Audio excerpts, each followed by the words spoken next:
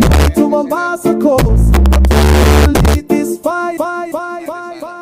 Thank you. DCP. DCP. DCP. DCP. I like that one. Asanteni sana vijana wetu. Vijana oi. Vijana oi. DCP oi. Vijana pahali yote mmetoka watu wanasema nini? Vijana wenyewe wanasema nini? Na pahali wametoka wananchi wanasema nini? Mambo ni one time. Asanteni sana. Thank you very much. We'll be very brief because we have so many meetings and hatutaki kuwaweka sana. Let me first thank you, our young leaders, for creating time to come and engage with us and for making a very bold decision to pursue leadership. Leadership is a calling. And nobody will come to bring you leadership nyumbani. Wewe mwenyewe utatoka nyumbani uende utafute uongozi. So for you being here, we really appreciate. And I want to thank our youth leader, Wanjiku Thiga, for very good organization.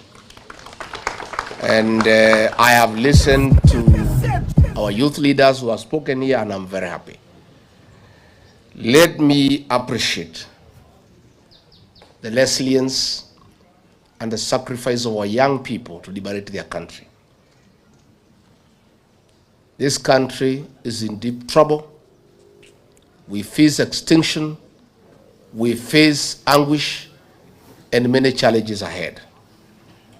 But God has been gracious to this country that our young people, the Gen Zs and the millennials, have taken a very firm stand that they will take an active role to liberate their country from oppression, from abductions, from extrajudicial killings, theft, mismanagement of public resources, nepotism, tribalism, and no other ills that bedevil our country, courtesy of one Githinji. Nyinyi vijana nataka kumwambia pongezi. You know, on June 25th, when our young people came out in large numbers to say enough is enough, I, Rigathi Gachagua, was not even aware of the existence of the Gen Zs. I came to know that day that there is a group of young people calling themselves Gen Zs who have taken the country by storm. So even as William Ruto was accusing me of organizing the Gen Zs and funding them, I was not even aware of their existence. I, like everybody else, woke up to ask, who are these guys, new guys in town? The new sheriff in town. The young people had come of age and they had come to say, we are here and we are not going to take any more nonsense in this country. And young as we are, fearless, we are available for this country. And you made your point. And since that day, the Gen Zs are part and parcel of every conversation in our country. And that is the way it should be. Let nobody tell you that you are the leaders of tomorrow. No. You are the present and the future.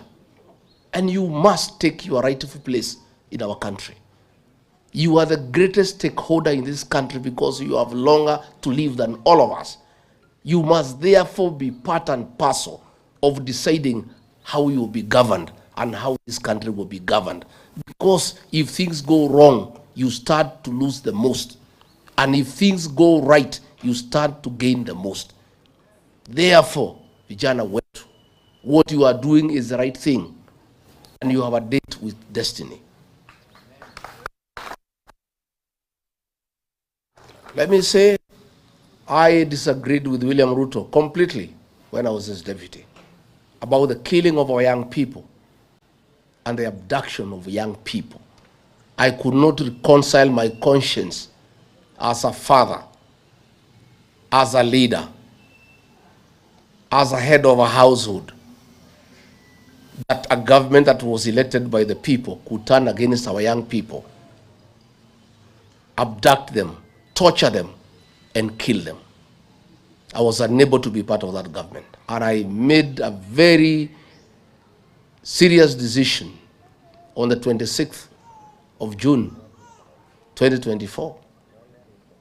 I flew to Mombasa and held a parallel press conference with William Ruto.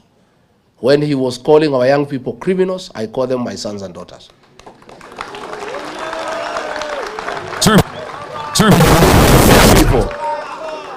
Many people try to stop me from having that press conference. Oh, you cannot speak when the president has spoken. But I say the president is behaving like an animal.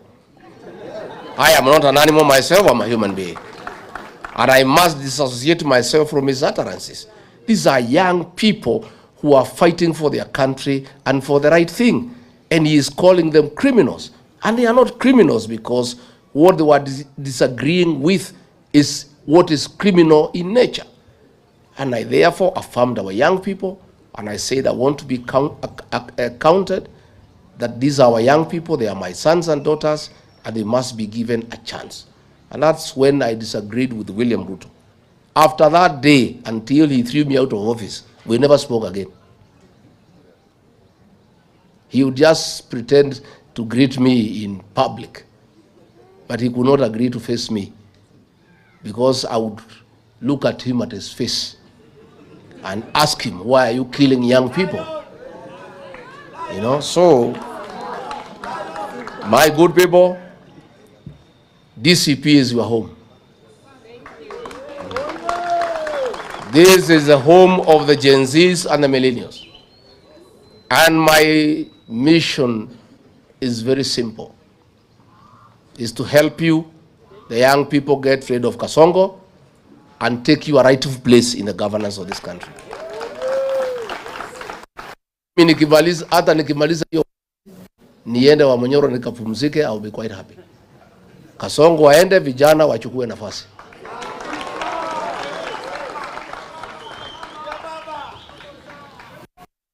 Let me say, you guys are the majority in this country. This country is in your hands. There is nothing Rigathi Gachagua can do to liberate this country alone. If I don't have the support, it's in futility. You are the guys to deliver this country. And this country will be delivered on the ballot box.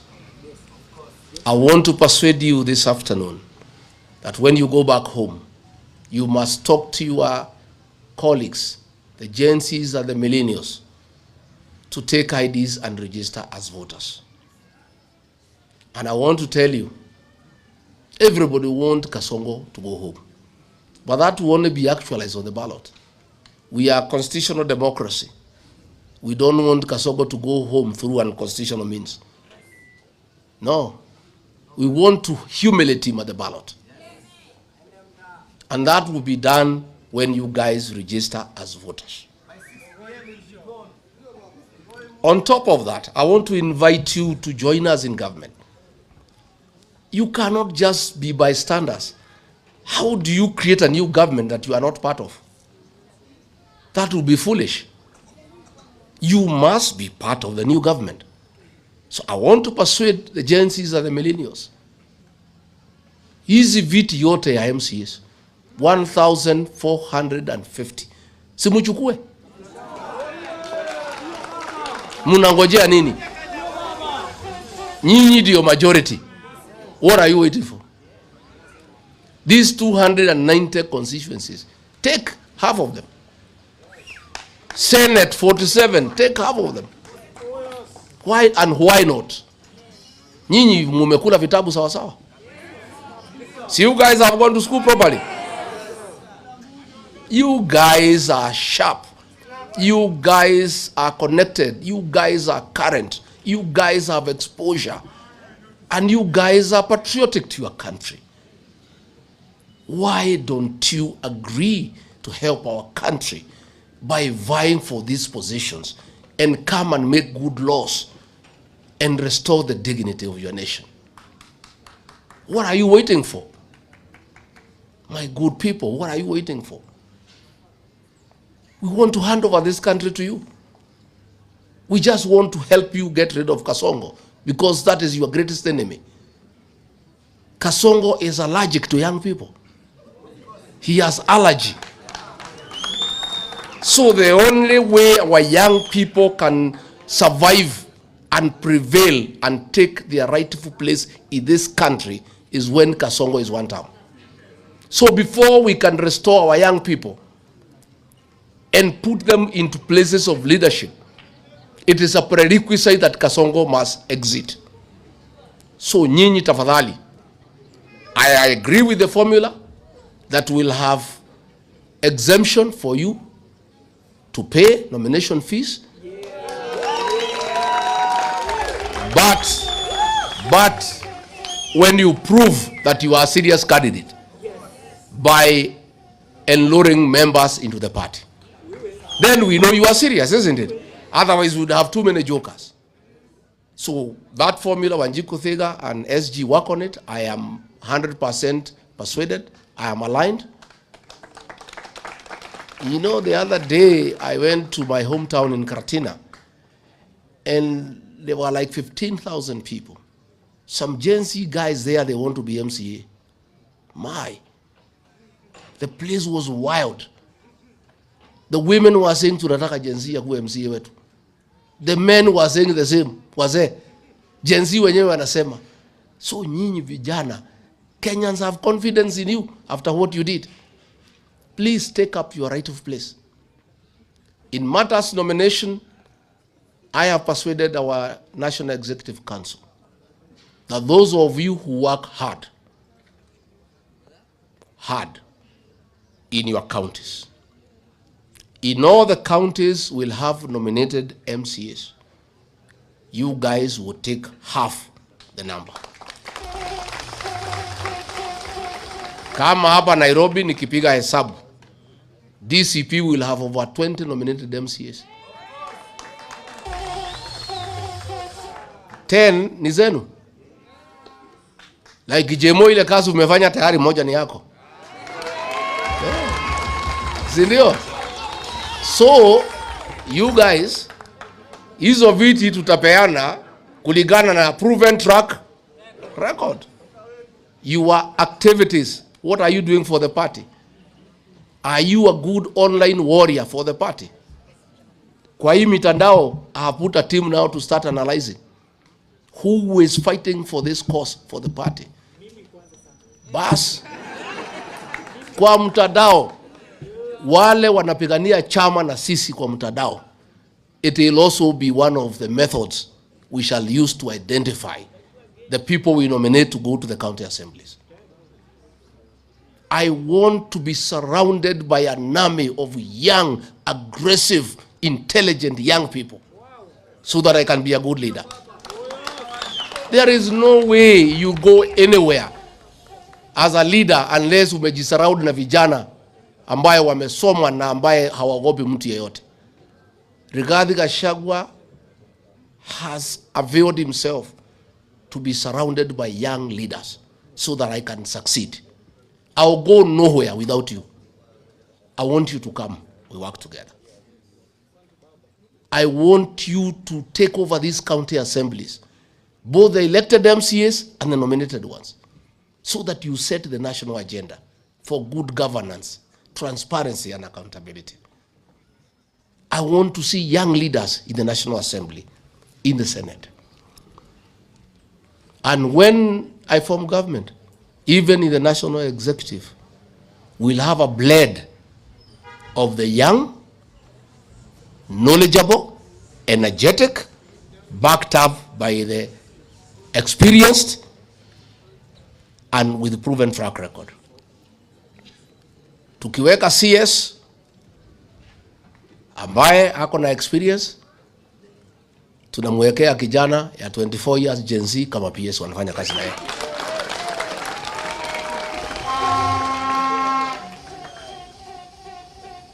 A Rigathi Gachagua led government will bring to the fore the leadership of our young people. Na mimi sitaki kuchoka sana. Mimi nimeamua, Mungu akinisaidia, mkikubali nikuwe rais wa Jamhuri ya Kenya,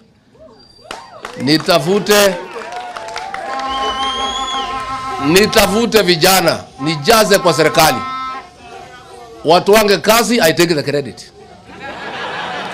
Si ndio? Mimi nikae para wa Manyoro na Pastor Dokas, nimeweka vijana, nimejaza kila pahali. Wanakuja kunibrief on Monday na kuchukua mawaidha. Ambia vijana hapa muangalie namna hii, wiki hii mtakuja kuniambia weekend. Si ndio? Si hata mimi lazima nijipende. Kwani hii kazi nitafanya mpaka siku gani?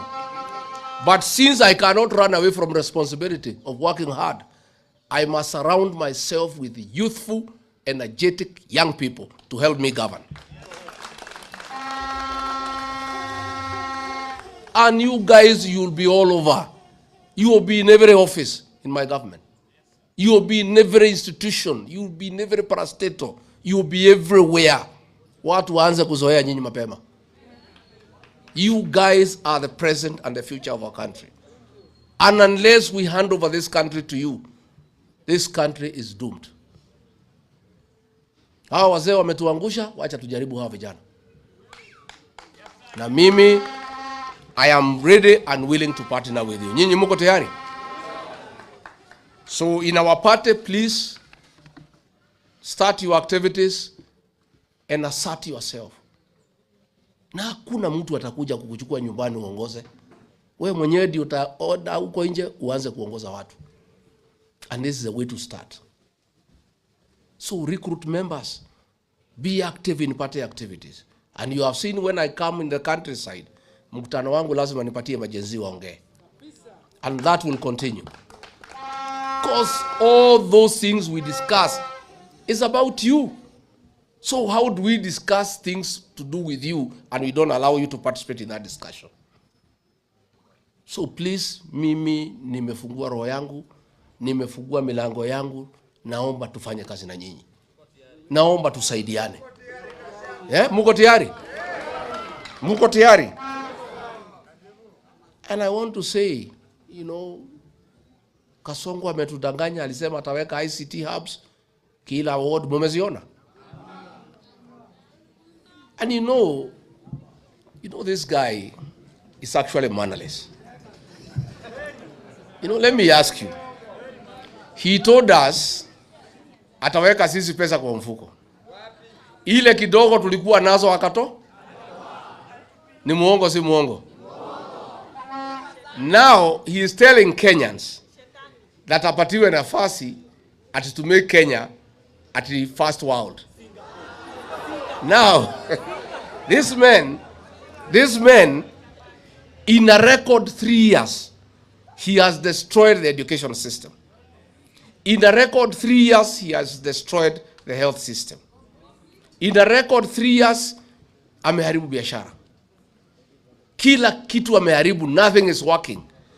And he thinks Kenyans are foolish, that he can trust them, and they can trust him, that he has the capacity to make Kenya to be first world. Kama ile tumekupatia mwaka 3 umeharibu. Umeiba kila kitu.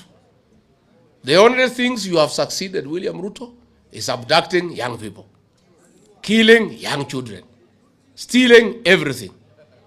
Sasa amefungua factory ya furniture Eldoret.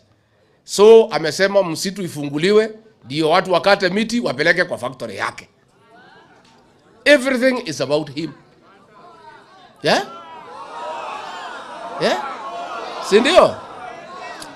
Yeye anataka to destroy the Mau forest because he has opened a factory ya furniture. So he is saying no imported furniture. Furniture yote itatoka kwa factory yake na miti itatoka kwa misitu yetu. So he wants to destroy all our forest, the whole ecosystem and destroy it. Mambo amefungua factory ya chuma. Ndio sasa anaweka mambo ya affordable housing. Amefungua factory ya tiles. This man is in every field ya biashara. Amechukua biashara yote Kenya. mpaka matatu amechukua na watoto wake. Sasa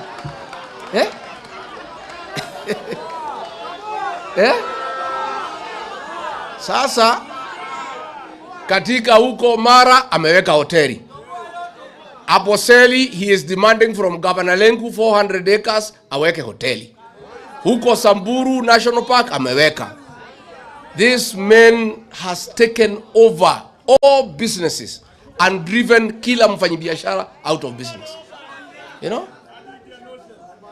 Sasa tunashindwa, nyinyi vijana mukileta mchezo mkose kuchukua kura, kwa sababu nyinyi ndio tegemeo letu. You are the only guys Ruto cannot bribe. You guys, you are the only people he cannot intimidate. You are the hope of this country. Without you guys there will be no country. Please, my sons and daughters, I plead with you, save this country. Save this country. Register as voters. Again, contest all these seats so that we can also have a good voter turnout when your supporters are coming to vote for you. Then tufukuze Kasongo, nyinyi mchukue nafasi tuendeshe Kenya yetu. Mwai Kibaki gave us free education, ameharibu. Kila kitu imeharibika. He is saying that since Mzee Raila has rested, that he has no opponent. Let me tell him, wewe William Ruto, Rigathi Gachagua is not your opponent. Kalonzo Musyoka is not your opponent. George Natembea is not your opponent. Martha Karua is not your opponent. Eugene Wamalwa is not your opponent. Your greatest opponent, in case you didn't know, are the Gen Zs and the millennials.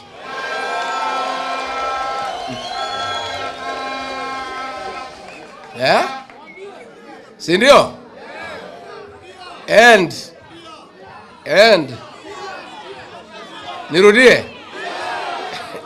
Nirudie William Kipchirchir Arap Ruto, kama huna habari, mimi nasikia unajigamba ati vile mzee wetu Agwambo amepumzika, ati wewe huna mpinzani. Kama huna habari, ukiwa pale Qatar kwa ile hoteli unakaa, ile 7 star, tunasikia unakula vitu huko. Kama huna habari, William Ruto, your greatest opponent, if you don't know, are the Gen Zs and the millennials of the Republic of Kenya. Number 2, kama huna habari, number 2 opponent wako William Ruto, ambaye atajiunga na hao Gen Zs na millennials, are the payslip holders of the Republic of Kenya. Kama huna habari, wale mama mboga na watu ya bodaboda ulidanganya ati tutawatoa chini wapandishe juu, utaweka pesa kwa mfuko, ukarudi kwa mfuko ukatoa kila kitu. Those are your opponents. Kama huna habari, wale wa mama na wazee ulibomoa manyumba zao hapa Nairobi karibu na mto, hao ndio wapinzani wako. Kama huna habari, wale police officers umeharibu insurance scheme yao, watoto wao wanahangaika. Those are your opponents. In a nutshell, William Ruto, your opponents ni kila Mkenya. Yule candidate tutatoa moja ni kwa niaba ya hiyo wapinzani wako, but that is not your opponent. He will just be a representative of the people against you. And let me confirm, for the avoidance of doubt, we shall have one single presidential candidate. Nimeona Kasongo amesponsor ma headline kwa ile magazeti yake jana. Rigiji asimami ati sijui atawachia wengine ati apewe share ya serikali. Nani nakwambia? Rigiji is a front runner in this race, my friend. Rigiji, what I need to do is to persuade my colleagues that I have the numbers, I have the mobilization capacity, I can marshal enough resources, I have enough inspiration, I have enough messaging capacity to defeat William Ruto. I'll persuade my colleagues to make me the flag bearer. In case I don't persuade them, and they persuade me that another Kenyan can do it, I'll sacrifice. I will. But hiyo gazeti muliona, hiyo ni gazeti ya Kasongo. And it is run by the National Intelligence Service. I would like Kenyans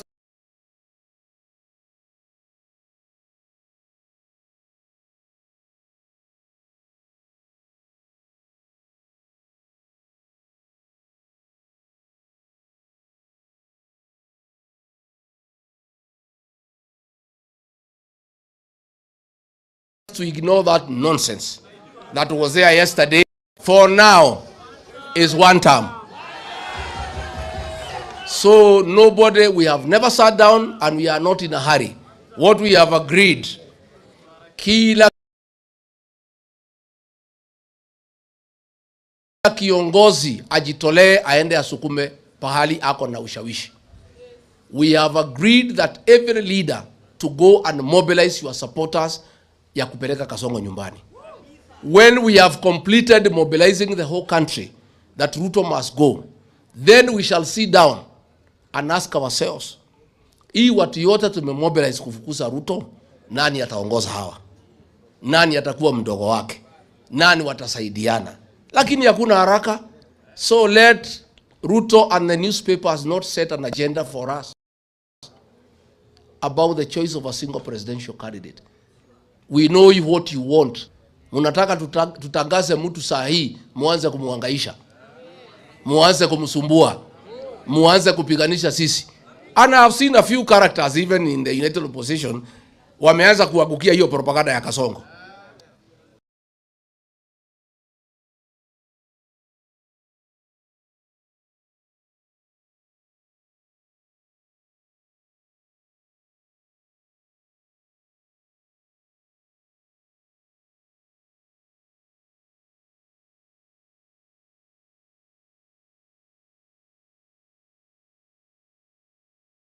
They are believing that propaganda ati kuna watu completed that exercise.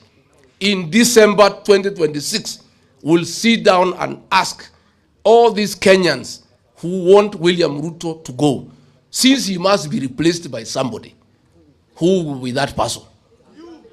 Si ndio? Na niambie Kasongo na watu wake, Kenyans today are not very much interested as who will be president. Kenyans are interested today that William Ruto should go home. That is what has been agreed on, isn't it? Ile kitu imekubalika na Wakenya wamekubaliana. Lazima William Ruto aende nyumba. As to who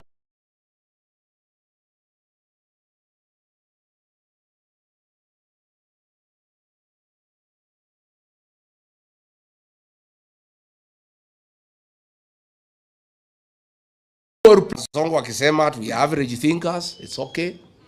Wewe endelea kutusi sisi. Continue abusing us. That is why you are saying we average thinkers, because you think we are so stupid that you can con us again, that you can make Kenya a first world country. You think we are that foolish. And that is why you are saying that we are average thinkers. You know, ati unasema ati tuache ujinga, ati tutoe pesa vile tumetoa ya housing. Ulitulazimisha. Hakuna mtu alitoa pesa ya housing, you forced us.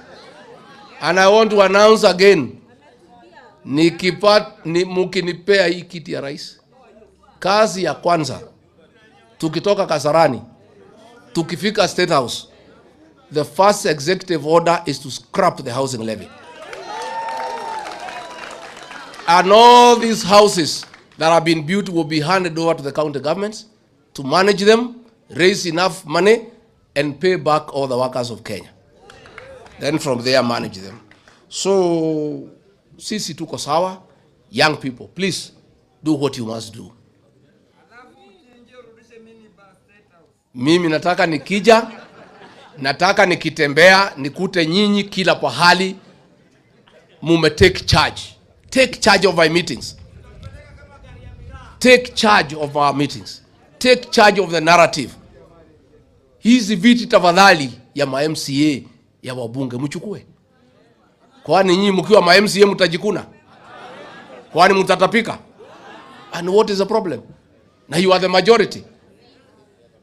So mimi niko nimefurahi, we have several by-elections. Please help us. Pale Mbere watu wamenipigia. Unajua ndiambia watu ya Mbere tumefungua mahoteli huko ya Kasongo, ya Zabrano, ya Karinda, ya Roko, wakule waendelee kukula lakini wasiuze kura. Sasa wamenipigia sema Rigiji, tumekula pesa hii mtu tumechoka kuja ufunge hoteli. Tuende tuchague kanisa. Watu ya Mbere wananipigia. Mimi naambia watu ya Mbere hakuna nyinyi endeleeni hiyo hoteli. Kuleni wiki hii. Mimi nitakuja kufunga mahoteli Mbere.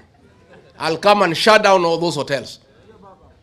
Na ile kivumbi tutaonaisha Kasongo hapo Mbere North.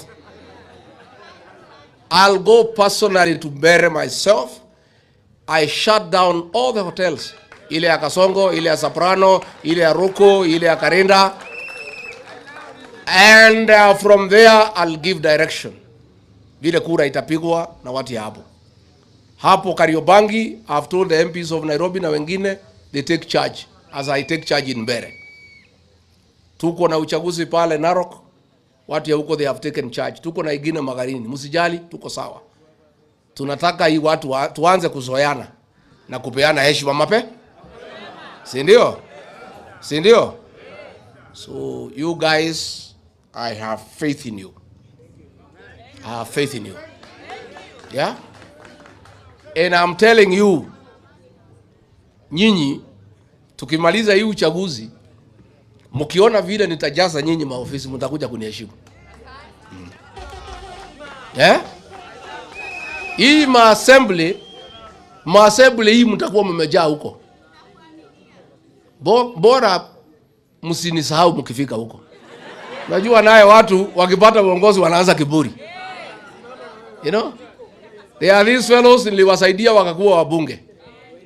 Siku hizi wanakula kwa Kasongo wanatusi mimi. Mimi nitapatana na nyinyi kwa ground. Nitapatana nao kwa ground. Na mimi sina ubaya na mtu yeyote. Mimi nimesema hatutaki Tugege. Na sina ubaya. Ni ile hasara tumeenda kwa kuwa na Tugege. Watu ambaye Ruto akiwaambia kitu they don't think. I am not saying you must be so educated to be a good leader. I am saying you must have some brain. That Ruto akikwambia ufanye kitu ufikirie before ya kufanya. That's what I am saying. And I am saying our members of parliament wengi wale nilisaidia wamekuwa Tugege because they don't think. Ruto akiwaambia finance bill ni mzuri wanasema ndio. Akiwaambia ni mbaya wanasema ndio. Sasa wanaambiwa kwenu hakuna haja ya barabara, hakuna haja ya maji, chukueni maharagwe mkapatia watu, wanasema ndio saa. Tugege si Tugege. Mimi sina ubaya. Na uzuri Tugege tumeanza kujitokeza kujitetea. Kwa sababu mimi hata sikuwa nimesema ni nani. Si ndio? So nyinyi you people, we must get good leaders. We must get quality leaders. Na mimi, I have come to the conclusion that good leaders will come from the young people. If you see the leaders who have refused to sell their soul to Kasongo, who walk around with me, they are all young leaders. Wale ambaye ni warika yangu, wako kwa Kasongo wanakula pesa. But the young people, akina Karongo Dhango, akina Munyoro, akina Medho, akina Gasheri, akina Ngogoyo, they are young people. So along the way, I have developed a lot of trust for our young people. Huyu Malala, young guys, steadfast. You know? So mimi, I have decided to invest in young people. Let me mentor young leaders. I feel safer that way. Mimi najua nikiwa na vijana wamenisurround niko sawa. Si ndio? Yeah. Mimi nikiweka vijana hata nikienda wa Munyoro si mtakuja kuniangalia? Si mtaniletea chakula? Si mtakuja kuangalia hawa I'm doing?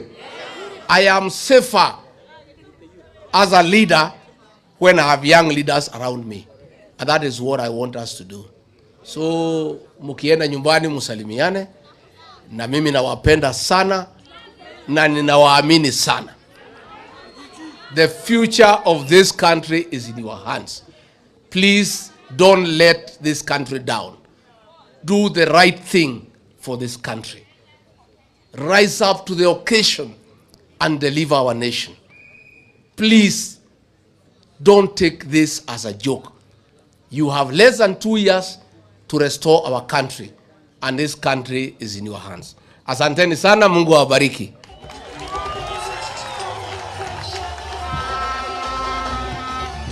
Asante sana.